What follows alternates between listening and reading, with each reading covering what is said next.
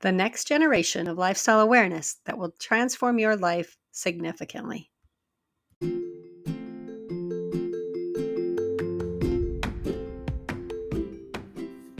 Hi, welcome to Living Wow Out Loud.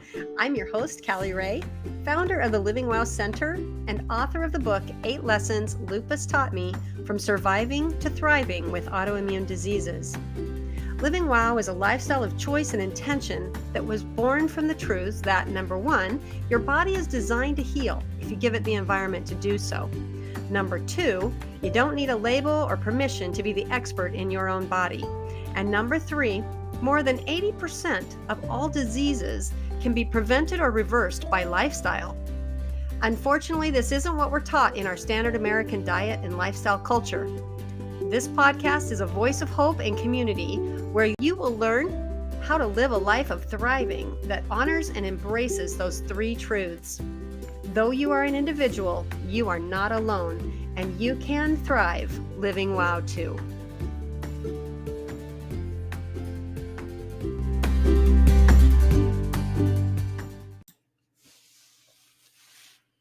Welcome to today's podcast, where I'm so excited because I'm doing I finally wrangled him in here and got him convinced that he needed to be one of my guests on the podcast. So we're doing an interview to follow up what it's like living wow from somebody's perspective other than mine. You hear me talk about it every week and develop it and share it. And I wanted to share from the perspective of the significant other. So a lot of times that, I think, is one of the hardest things of any kind of lifestyle change, is having that support around you. And what do you do if you don't have that support around you? And I think for most of us, you may have someone who wants to be supportive, but they don't want to make the changes with you. So, how do you prepare meals or make decisions if you're a mom, if you're in a relationship and you're preparing meals for family or preparing meals for other people, or, just the way you spend time with them? Food is very central to a lot of relationships and just our life. So, as you know by now, and if you don't, then go back and listen to the summer series. But food is just one piece of living wow. It's the entire lifestyle. So today, my significant other, my husband, Joff, is joining me here in the office today so that we can share what it's like from that other person's perspective, from the person who is asking to, or that you are asking to support you. So welcome, Joff. Oh, thanks for having me. I'm actually being held against my will and I can't escape. No, I'm just kidding. The first question that I have for you is, what was life like before and after my transformation? And I use that as the kind of the bookends because, I was diagnosed with my autoimmune diseases and then made some pretty significant lifestyle changes. And you, more than anyone, have been a part of this journey. So what was it like living with me when I was sick? And well, I guess life before, we ate a sad American diet lifestyle. I always being a lifelong martial artist, been doing and working out all my life, been in the foreign military and things like that. I've always been active and outgoing, but you realize, before transformation, I guess we, ate pizza a lot more often, or ate just junk food out of a box, fake food. And you think that you're working out or, 4 or 5, 6 days a week, that, your hour, 2 hour, 4 hour long classes in martial arts will cover you good, but it really doesn't, because you can work out all you want, but if you're not fueling your body properly, then you're going to feel crappy. And so we did a lot of that together, raising young kids and, eating, pizza a lot. I remember I was the young or older two were growing up, just, Yeah, just not eating very healthy, and then probably getting off, compared to what we do now. So, what do you think about like the difference in the way? Because I refer to it a lot of times as my autopilot because I just felt like I was just doing what everybody did and what I thought. I wasn't mindful at all about what I was putting in my mouth, what I was putting in my mind. Um, I was carrying around a lot of hurt, and I wasn't aware of all those things, and so I'm wondering. Um, Now we're very kind of almost hyper aware of them. Right. But I mean, hyper aware, but we're all human. We all make mistakes. And yeah, we do have something stupid to eat every once in a while, whether it be because of a holiday, a party, or whatever. And then you regret it the next day. And yeah, so it's your constant reminder.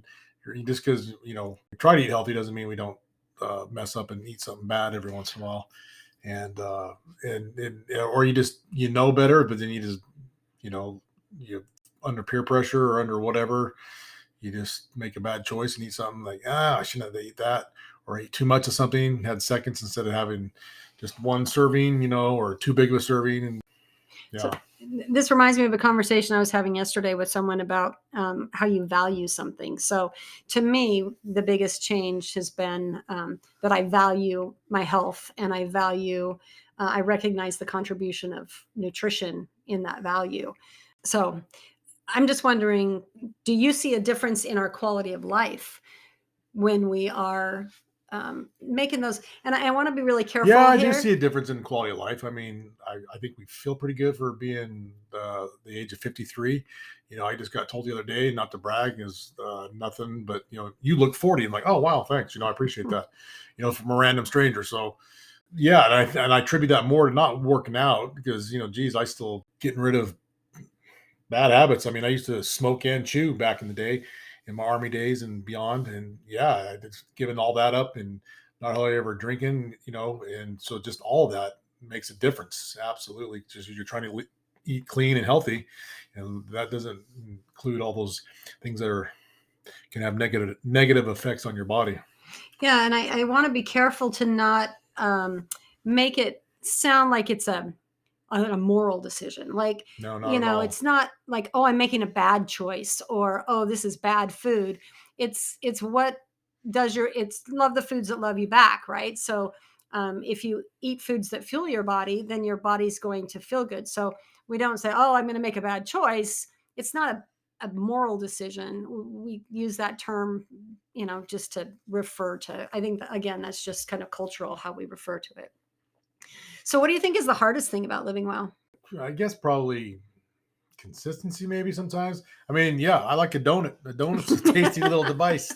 There's a yeah, those are little evil, bad things to eat. But I love it. but Now we just but said we're not making it a moral decision, and you said they're evil. well, whatever. But yeah, but you have a donut. I think the hardest thing, and one of the things for me is like, you know what? I had a donut. I made a choice, or I had a piece of pizza. I made a choice. You know what? Now instantly, I'm back on eating healthy instead of beating yourself up over it.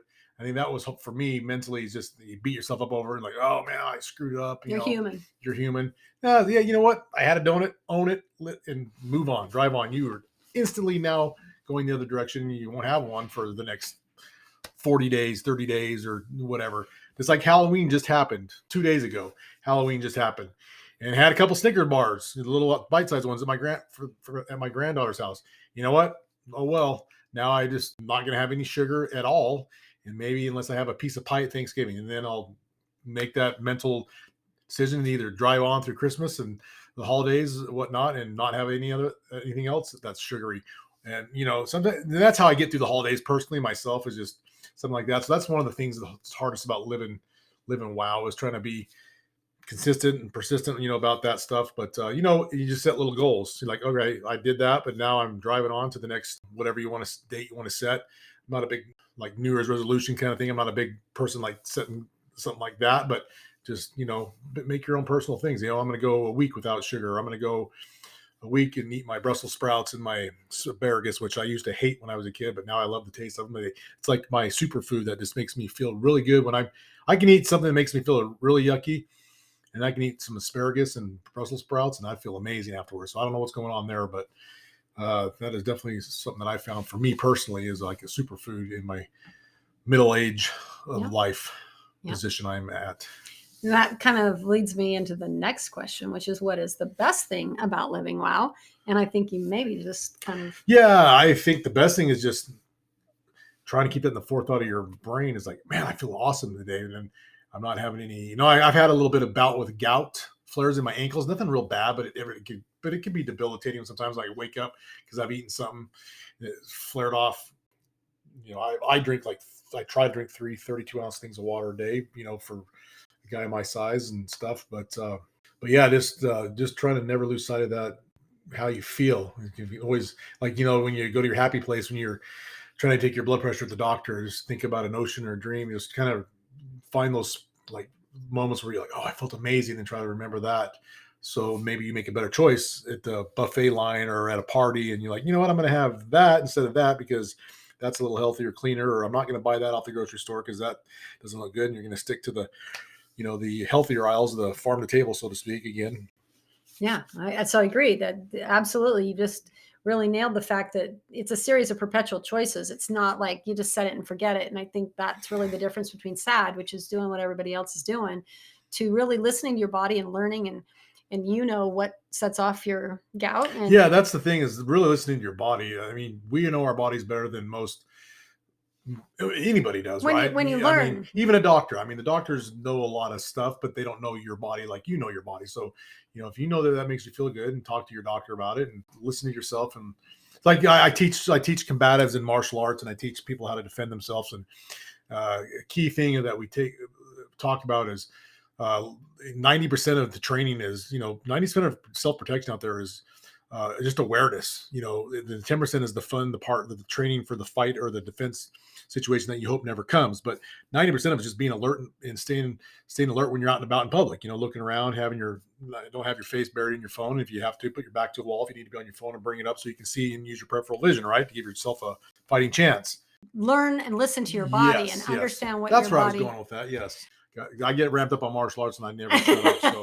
So, yes, listening to your intuition, listening to your body to know what makes you feel good and then make a right choice. That being said, back to, here I go with martial arts again. But that being said, I find myself, I'm looking down, I'm not paying attention to my surroundings. So you're sitting in the airport looking at your phone, instead of having your head up, being aware of your surroundings. We all find ourselves doing that. We're human. So same with listen to your body. We all make bad choices sometimes with food or drink, and then just gotta not beat yourself up again and just drive on and continue to, do better the next moment. And that's all you can do, one moment at a time, 1 hour at a time, 1 day at a time, 1 month at a time, 1 year at a time, and 1 decade at a time. That's all you can do. So, And then you find out that you're a decade younger than you are yeah, because because some stranger told me that. Yeah, but thank you, whoever that stranger was. I forget. but yeah, I But think that yeah, that's the kind of the whole point is being aware, being intentional, learning the language of your body and being able to living wow is not some off the shelf diet program that you're going to be like, oh, I have to do this and I have to live this way. It's truly just tuning in and understanding and fine tuning and knowing that you are the expert in your body and that food is medicine. And it goes beyond the food. It also goes into the energy and the mindset for sure. for But sure. so obviously we focus a lot on food because we like food. Yeah. We like food What in human our doesn't, family. right? Well, some people know, but in our family, we definitely like Well, food. right. So, Yeah. so we focus a lot on it, and I also feel like it's the foundation because, like Joff was just saying, you can't outwork bad choices. So, and I don't want to call them bad choices, but those things that are sabotaging your health or toxic to your system, which is different for some of us. Some people can, But if it works for you, and I've got friends that swear by meat diets, and they're yeah, professional kettlebell worker outers and yeah, run their own gyms, and they yep, swear by it. And I'm like, that's great, and it works for the people that it works for. For me, I was like, I had that one kidney stone. It was a small one, and I like never want to experience that again. So I try to do a little more of a balance. And I don't. yep. It doesn't mean I don't eat meat, because I certainly do, and I like it, but I limit it to much less. Maybe a steak once every 2 months instead of every day. So that's just me, and that's And you offset it what with works. your asparagus and your Yeah, Brussels right, sprouts. exactly. And then I just, and And so I just make that choice, and it works for me. So not everybody's different, and I know there's a lot of different debate on all that, but hey, you got to find what works for you. Yep. Just like with martial arts, there's no one set way or thing. It's just human motion. You just find what works for you, and it might be a little different from you than for the other person. And that was the great thing that Bruce Lee taught us. What advice would you give someone living with autoimmune disease? So again, you're coming at it from the spouse perspective. So maybe you don't have, I mean, gout technically is, so you do have autoimmune disease, but before you knew that, I'm the one with the autoimmune diagnosis, and I was the one who was sick and, doing this crazy diet and doing all these different lifestyle changes to try to get on top of it. So from your perspective, what would you tell another spouse or family member who they're not experiencing it, but their loved one is? What advice would you give them? Just there's a lot of things to try out there. Try it. I mean, I'll knock on wood. I'll say that I used to have allergies pretty bad. I don't know if that's an autoimmune disease or not, but probably not. But I used to get allergies, and I would call them allergy attacks, sneeze attacks, and it just felt miserable. And modern Western medicine did not touch it, made me feel worse, like Sudafed and things like that. But when I started taking fruits and vegetables in a capsule, Juice Plus, we've been taking that for 10, 12 years now, somewhere in there, a ballpark. No, I think more than that. Well, maybe longer than that. But anyways, Jenna was 3. But my point with that years. is, just like that, my allergies went away. Now, could that be just coincidence, or could that be because I'm fueling my body better with real foods? Well, I don't know. And, but I'm pretty sure I haven't quit taking Juice Plus, and I still don't get sick very often. I mean, I don't get sick, knock on wood, but even if one time a year. And when I got COVID in the Christmas of 2020, it was very mild for 3 or 4 days, not getting on the COVID thing, but and I had worse hangovers in my military days. So there's that. So I mean, I powered, I just feel great most of the time because of that, and I attribute that a lot to that, eating better foods, better food choices, and then also my taking of fruits and vegetables in a capsule kind of thing helps me personally feel good, and I believe keeps me from getting sick. And I watch other coworkers or other people that I'm around sometimes get colds or flus or whatever a little bit more often. I'm like, I'm pretty sure that's because I'm trying to live wow and do. And another piece of advice, if you're a guy out there, listen to your wives. They're pretty smart on this stuff, but it's like listening to your mom. They're always probably pretty right most of the time, and they have your best interests at heart, not because we're all knucklehead guys. So and stubborn headed. Not that Callie can't be stubborn headed. I'm just kidding. But yes, that would be my advice. Just give it a shot. Why not? You got nothing better to lose, right? Or gain. I mean, all you have is to gain, nothing to lose. So try eating a cleaner diet, and it's little steps by little steps, baby steps. Get rid of that fake processed whatever out of your fridge, and then replace it with something cleaner or better, and just do that. Every little thing that's in your refrigerator or cupboard, just find the better option and just keep increasing that until you're at that narrow point of you're eating a world of wellness, diet where you're living wow and you're feeling good. And you're not eating that standard American diet which is box food, fake food, processed sugar. You can have sugar, but eat it in a banana or an apple, man. Christmas comes around or the holidays come around and Callie likes to cook, and then she cooks cookies. I'm like, quit cooking cookies baking cookies, because we don't need to have that around the house. And when temptation is there, sometimes you have a cookie, but so we try to give them away. But that sounds bad because it's a habit. We poison our friends instead of our family. But anyways, yeah. So no, I'm kidding. Okay, I appreciate you taking the time to come in and share a little bit of your perspective of what living well, the evolution going from sick and tired and frustrated and miserable and really pretty hopeless to feeling like we found the fountain of youth, feeling like, we're able to do things that we didn't really get into this, but we've done things in our 40s and 50s that we really didn't have the health. You didn't have it in your knees. I didn't have it in my body to be able to do, Yeah. So we really didn't get into that. But well, yeah, I think the lifestyle that we lead now is much more active and much younger and much fuller than it was in our younger days, ironically. Yeah, and I think it'll even be more so, as we get older and older, the goal is to live to be 100, right? I always jokingly Which was say, never our goal. which was, That was crazy. because you think 65, 75, that's young. If you're going to live to be 100, that's what I always say. Yeah. So I want to be in good condition, shape, so to speak, not, and mental faculties to live to be 100 and hopefully, and Live as long as live as long possible. as possible with, As well as possible. yeah, right. Naturally, Yeah. instead of on, Suppressing our symptoms. so to Yeah. speak. Yeah, that's a good way to put it. But yeah. All right. Well, thanks, honey. I appreciate you. I You're love you. welcome. Thanks for listening. Hope inspires your. I'm just an average guy out there, so just nothing special. So hopefully that'll maybe get you thinking or help you motivate or something like that. But yeah, Thank you. thanks for having me.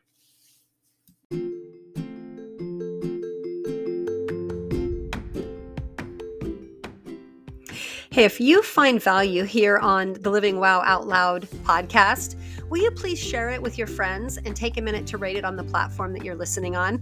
That's how we live wow out loud. You know that more people need hope and they need the messages shared. And that's how we get recognized among all the noise. This is where you find your voice. Will you please share and subscribe and rate so that we can grow?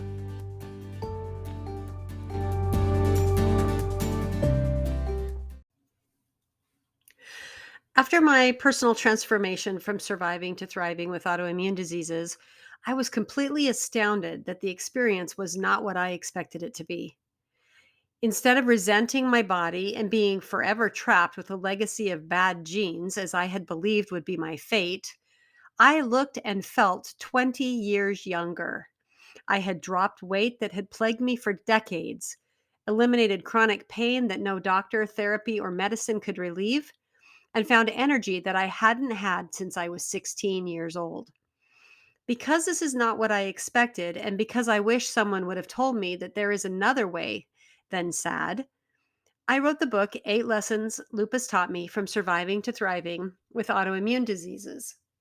As I began to share the book and the message of change your story, Living Wow was born. After years of continuing to learn and study how and why lifestyle has such an impact on disease and the world being torn apart by a global pandemic, I can't stand by any longer keeping it to myself. You have to understand that the power is in your hands. The power is in your body. The power is in your lifestyle. The Living Wow Center is a holistic wellness practice that utilizes the framework of the Living Wow lifestyle to identify system failures or maintenance needs. Whether you just need a tune-up or a complete systems overhaul, we support you as an individual to get back out on the journey and living wow. We will work with you to determine levels of function, needs, tools, resources, and or providers that may be best equipped to guide you as you step out of the negative health cycle and turn it into a positive health cycle. The Living Wow Center offers a revolutionary, comprehensive approach to healing, coaching, and support that is necessary in our complex, sad world. Schedule your complimentary consultation today to see how Living Wow can support you.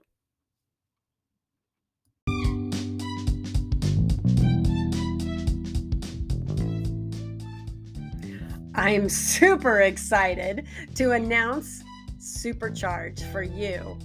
We are changing the name of the Living Wow Challenge to more clearly represent the monthly support program where you take Living Wow for a 10-day spin.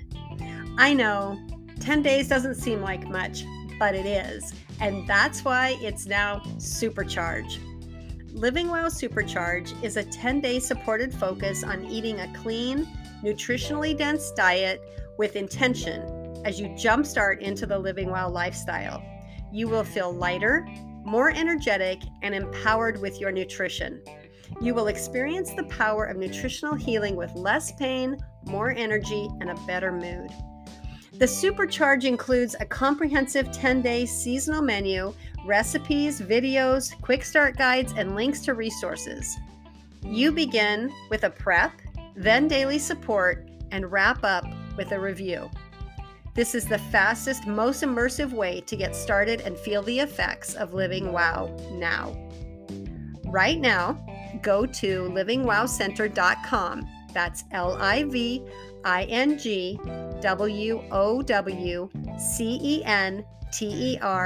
livingwow.com to sign up now for the next supercharge running the 1st to the 10th of the month.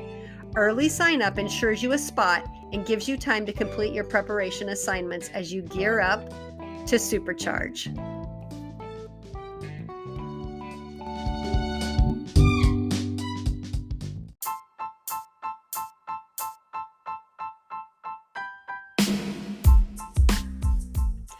Wow, you just finished another episode of Living Wow Out Loud. I hope you leave today empowered to live your best life and thrive. If you're ready to jump in and learn a little bit more about Living Wow, come check out the Living Wow Center. That's LIVINGWOWCENTER.com. And maybe consider joining our next Living Wow Challenge. We run the 1st to the 10th of every single month. See you soon.